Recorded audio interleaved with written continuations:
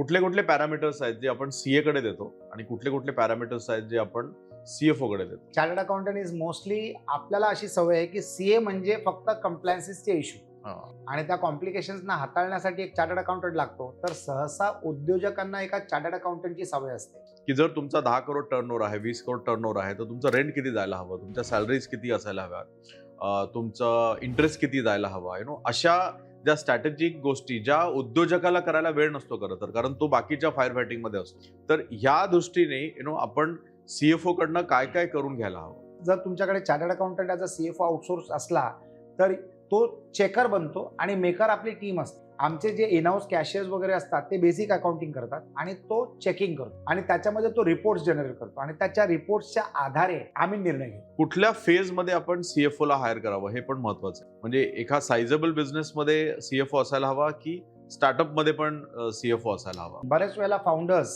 तो स्वतःच अकाउंटिंग मध्ये एक्सपर्ट असल्यामुळे तो सीएफओचा रोल प्ले करतो. पण जर तुम्ही एक 3-4 कोटीचा टर्नओव्हर क्रॉस केलं तर you should hire a CFO. कारण सीएफओ तुम्हाला फायनान्स प्लॅनिंग करायला मदत करतो. A good CFO is a good adviser. उद्योजकाला चांगला ऍडवाइस करण्यासाठी देऊ शकतो, पण पर्सनल टेम्पटेशन कंट्रोल करतो. He is the person who maintains financial discipline. Business मध्ये finance is the most important part असं म्हटलं जातं. फायनान्स किंवा अर्थ किंवा cash flow is the most important part आणि त्याच्याकडे लक्ष देणं खूप गरजेचं असतं. आणि ज्यावेळी आम्ही उद्योजकांशी बोलतो तर त्यांना माझा अकाउंटंट आहे किंवा माझा सीए आहे आणि माझा फायनान्स व्यवस्थित मॅनेज होतोय असं म्हटलं जातं. पण सीएफओ हा जो रोल असतो तो बऱ्याच लोकांना माहीत नसतो. त्यामुळे सीए आणि सीएफओ ह्याच्यातला फरक आज आपण डिस्कस करूया. सीए मला वाटतं फायनान्शियल फक्त कंप्लायन्स अँगलनी करतो आणि CFO is the partner of the business owner. म्हणजे तो बिझनेसच्या दृष्टीने त्याचं प्लॅनिंग करतो. तर कुठले कुठले पॅरामीटर्स आहेत जे आपण सीए कडे देतो आणि कुठले कुठले पॅरामीटर्स आहेत जे आपण सीएफओ कडे देतो? तुम्ही सांगितलं म्हणजे तुमच्या प्रश्नातच उत्तर आलं की चार्टर्ड अकाउंटंट इज मोस्टली आपल्याला अशी सवय आहे की सीए म्हणजे फक्त कंप्लायन्सेसचे इश्यू आणि कंप्लायन्सेस कॉम्प्लिकेटेड असतात आणि त्या कॉम्प्लिकेशन्सना हाताळण्यासाठी एक चार्टर्ड अकाउंटंट लागतो. तर सहसा उद्योजकांना एका चार्टर्ड अकाउंटंटची सवय असते. त्याला फायनान्शियल प्लॅनिंगची सवय नसते. म्हणजे एखादा उद्योजक जेव्हा मोठा होत जातो ना तेव्हा तो सीएफओ वगैरे अपॉइंट करू शकतो कारण तो अफोर्ड करू शकतो. नाहीतर सहसा लोक भागवतात फक्त चार्टर्ड अकाउंटंटवर आणि तो चार्टर्ड अकाउंटंट वर्षातनं जेवढ्या वेळा त्याला ते रिटर्न्स फाईल करायला लागतात किंवा डेटा अपलोड करायला लागतो तेव्हा तो सतर्क राहतो. Otherwise he is in a relax mode. तर आपल्या संस्थेमध्ये अकाउंटंट जो असतो तो अकाउंट्सवाला डेटा क्रिएट करतो आणि त्या चार्टर्ड अकाउंटंटला पुरवतो आणि तो चार्टर्ड अकाउंटंट त्या हिशोबाने फाईल करतो. बऱ्याच वेळेला तो काही इनपुट पण देत नाही की आपण काय केलं पाहिजे, कसं अप्लाय केलं पाहिजे, कसे टॅक्स वाचवले पाहिजेत, कशी टॅक्स प्लॅनिंग केली पाहिजे वगैरे वगैरे.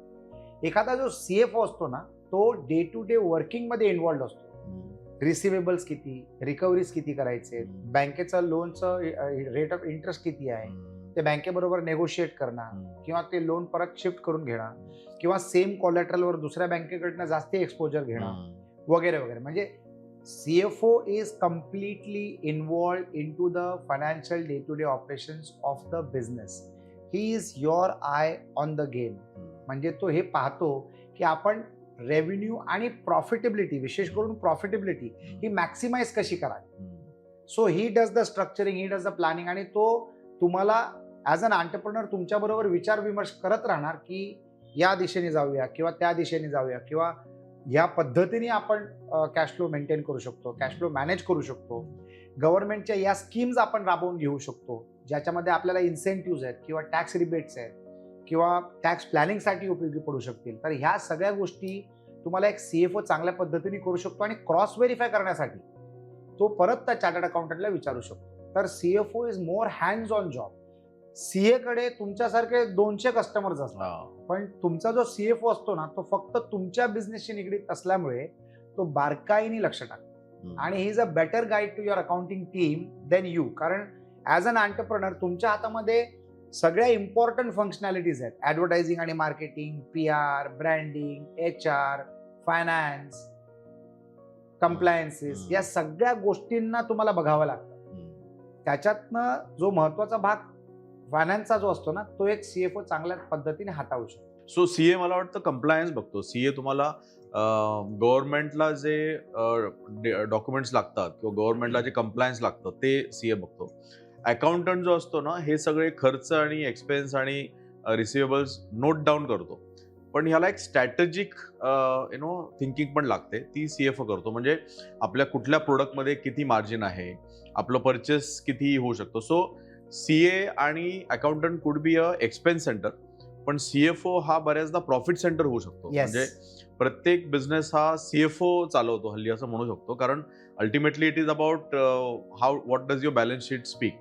आणि सीएफओ फायनान्शियल जे डिसिजन असतात किंवा त्याला फॉर्म्युलाज म्हणतात की जर तुमचा 10 करोड टर्नओव्हर आहे, 20 करोड टर्नओव्हर आहे, तर तुमचं रेंट किती जायला हवं, तुमच्या सॅलरीज किती असायला हव्यात, तुमचं इंटरेस्ट किती जायला हवा, अशा ज्या स्ट्रॅटेजिक गोष्टी ज्या उद्योजकाला करायला वेळ नसतो खरं तर, कारण तो बाकीच्या फायर फायटिंग मध्ये असतो. तर ह्या दृष्टीने आपण सीएफओ कडनं काय काय करून घ्यायला हवं. आम्ही एका सीए ला सीएफओ बनवलं. So there is an agency. हल्ली तुम्हाला अशा सर्व्हिसेस सुद्धा मिळतात where a chartered accountancy firm becomes your CFO, outsource CFO. For example आता सांते स्पा कुझिन नावाचं जे आमचं कॉन्सेप्ट आहे, रेस्टॉरंटचं कॉन्सेप्ट ब्रँड आहे, तर त्याच्यामध्ये आम्ही एका चार्टर्ड अकाउंटंटला सीएफओ बनवलं. तर तो फक्त कंप्लायन्सेस पुरता काम नाही करत. कंप्लायन्सेसच्या व्यतिरिक्त तो आमची कॉस्ट कॅल्क्युलेशन करतो, त्याच्यामध्ये आमची कॉस्ट सेव्हिंग करतो, आमच्या बँकिंग ट्रान्झॅक्शन्सना मॉनिटर करतो, आमच्या एक्सपेंडिचरला मॉनिटरिंग करतो, परचेजेसला मॉनिटरिंग करतो, आम्हाला रेड फ्लॅग करतो जर काही गडबड जर त्याला काय वाटलं. कारण प्रत्येक गोष्टी आणि प्रत्येक फंक्शनॅलिटीचा एक थंब रूल असतो. त्या थंब रूलमध्ये कुठे डिव्हिएशन जर आला ना तर तो आम्हाला कळतो.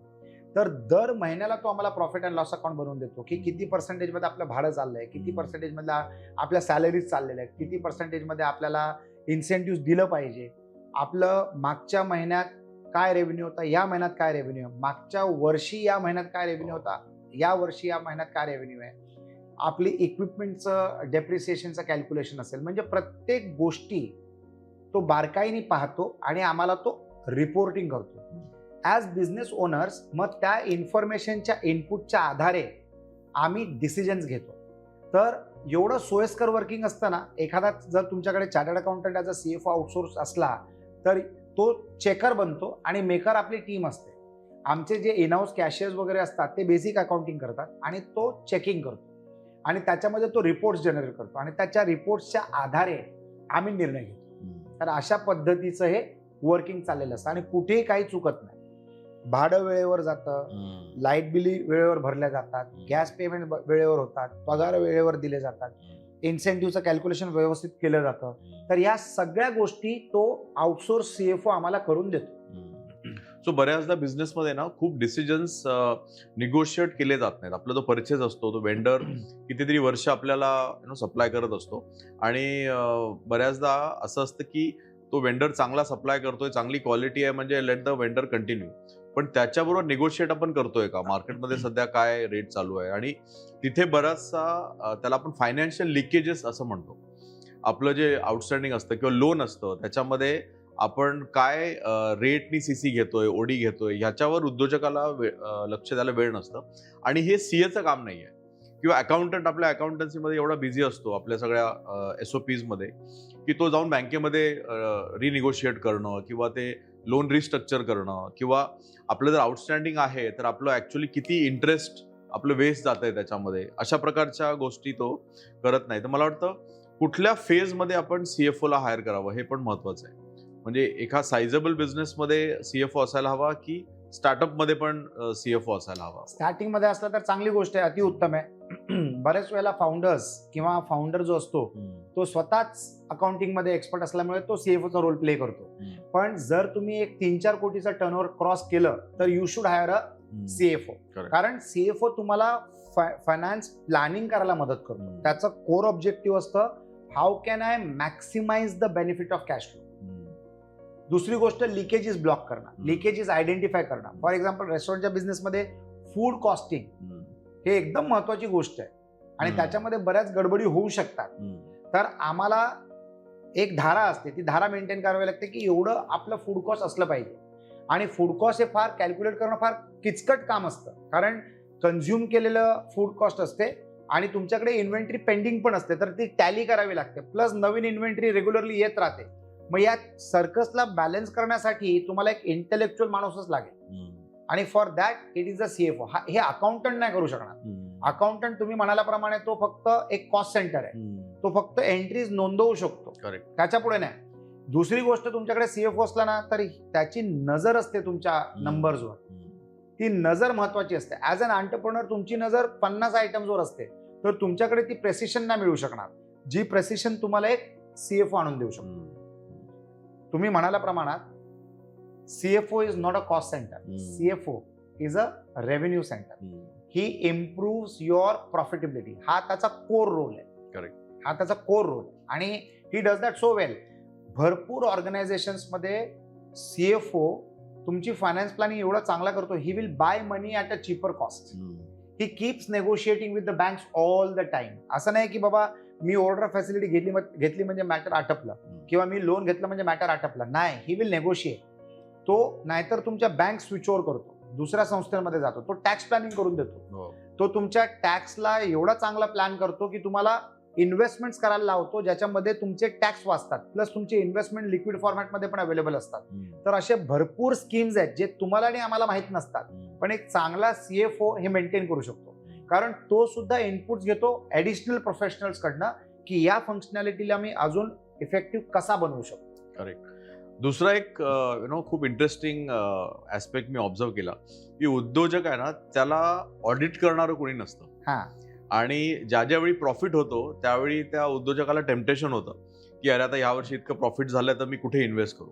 आणि बऱ्याच चांगल्या बिझनेसमध्ये मी बघितलेलं आहे की सीएफओ जो असतो तो उद्योजकाबरोबर भांडतो की दिस मनी कांट बी युज्ड हिअर. हा पैसा यासाठी नाही आहे, हा आपला कंटेंजन्सी फंड आहे, हा बॅकअप फंड आहे, हा रिस्क फंड आहे, हा ट्रेजरी आहे.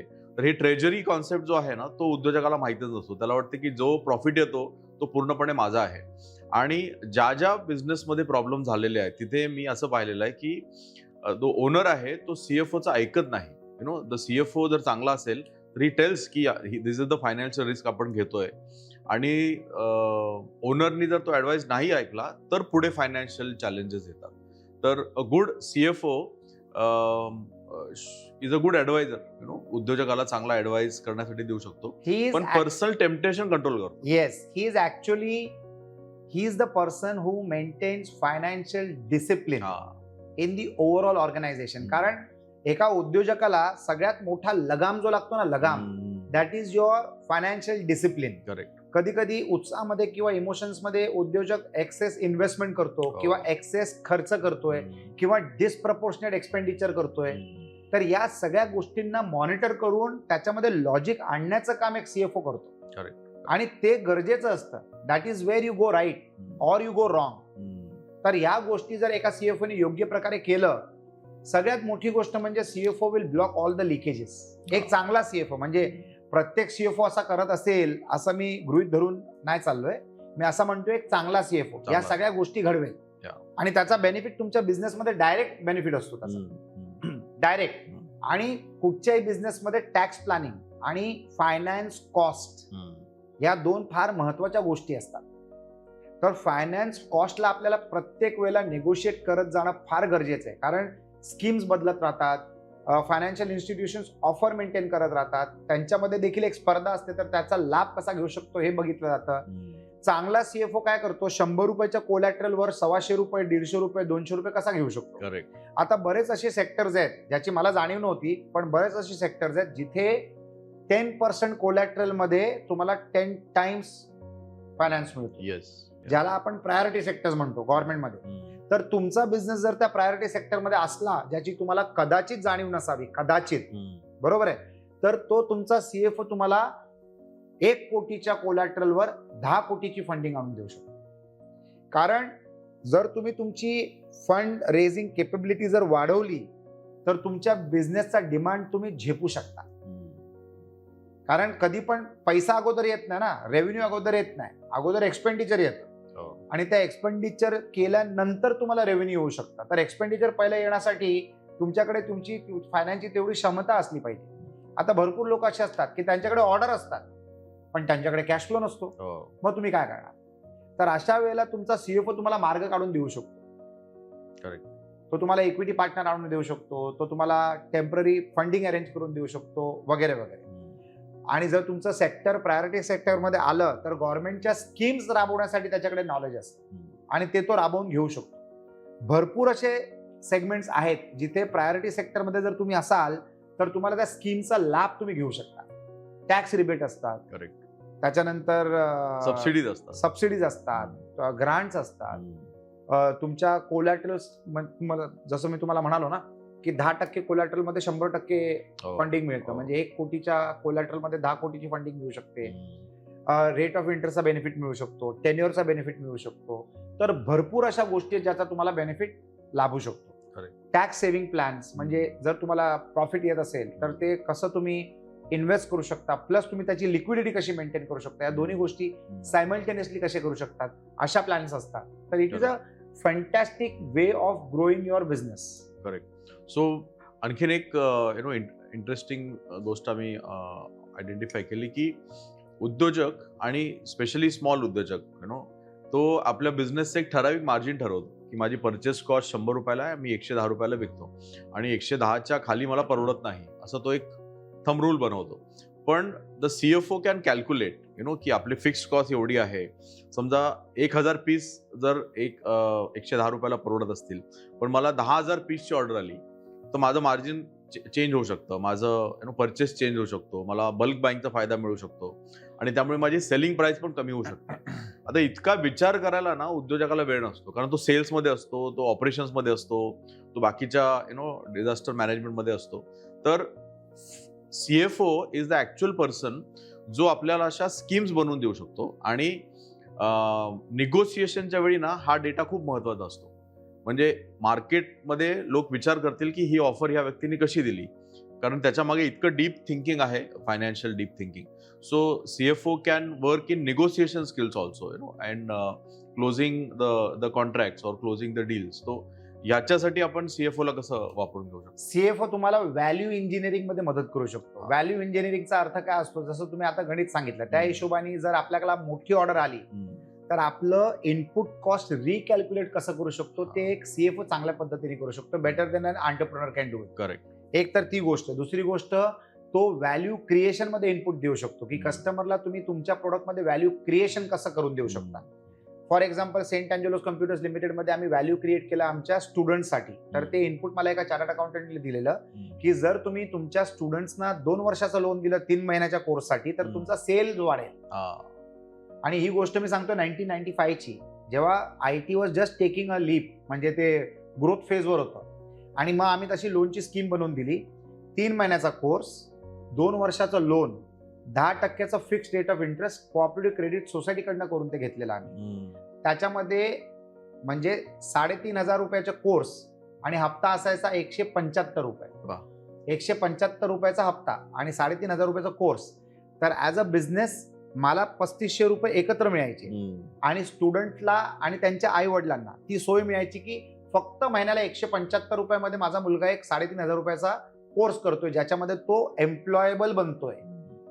तर ह्या टाईपच्या कॅल्क्युलेशन जर आपण केल्या ना आपल्या बिझनेसमध्ये तर तो फायदा ठरू शकतो. आता फॉर एक्झाम्पल कोणतरी एका ऑटोमोबाईल कंपनीचा सीएफओ हुशार असेल, ज्याने एक अशी स्कीम काढली आहे की तुमची परचेस कॉस्ट त्यांनी 40% कमी केली आणि ते 40% तो कव्हर करतोय. ईव्ही कंपनी आहे, ईव्ही म्हणजे इलेक्ट्रिक व्हेकलची कंपनी आहे आणि उर्वरित पैसे तुम्ही कंपनी तुमच्याकडनं घेते पर किलोमीटर.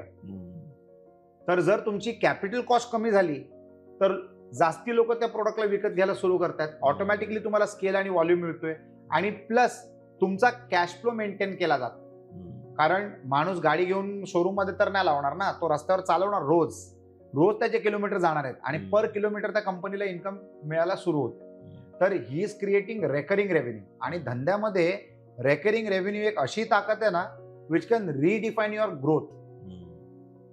आणि ते इन्स्टॉलमेंट्स मध्ये आल्यामुळे it is building a very strong cash flow for you, ज्याचं प्लॅनिंग तुमचं इम्प्रूव्ह होऊ शकतं.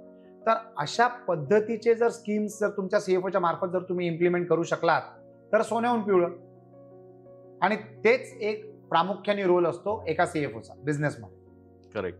दुसरा पर प्रोडक्ट आपण जेव्हा एखाद्या बिझनेस बद्दल व्हॅल्युएशन करतो किंवा त्याचं अनालिसिस करतो, तर उद्योजकाला ना ओव्हरऑल टर्नओव्हर माहीत असतो, पण पर प्रोडक्ट टर्नओव्हर माहीत नसतो. पर प्रोडक्ट मार्जिन त्याला कॅल्क्युलेट करायला येत नसतं. त्यामुळे जेव्हा आपण एखाद्या ऑफर्स देतो किंवा एखादं निगोसिएशन करतो, त्यावेळी एखादं कमी मार्जिनचं प्रोडक्ट आपण कॉम्प्लिमेंटरी देऊ शकतो किंवा मोठ्या मार्जिनच्या प्रोडक्टमध्ये जास्त निगोशिएट करू शकतो.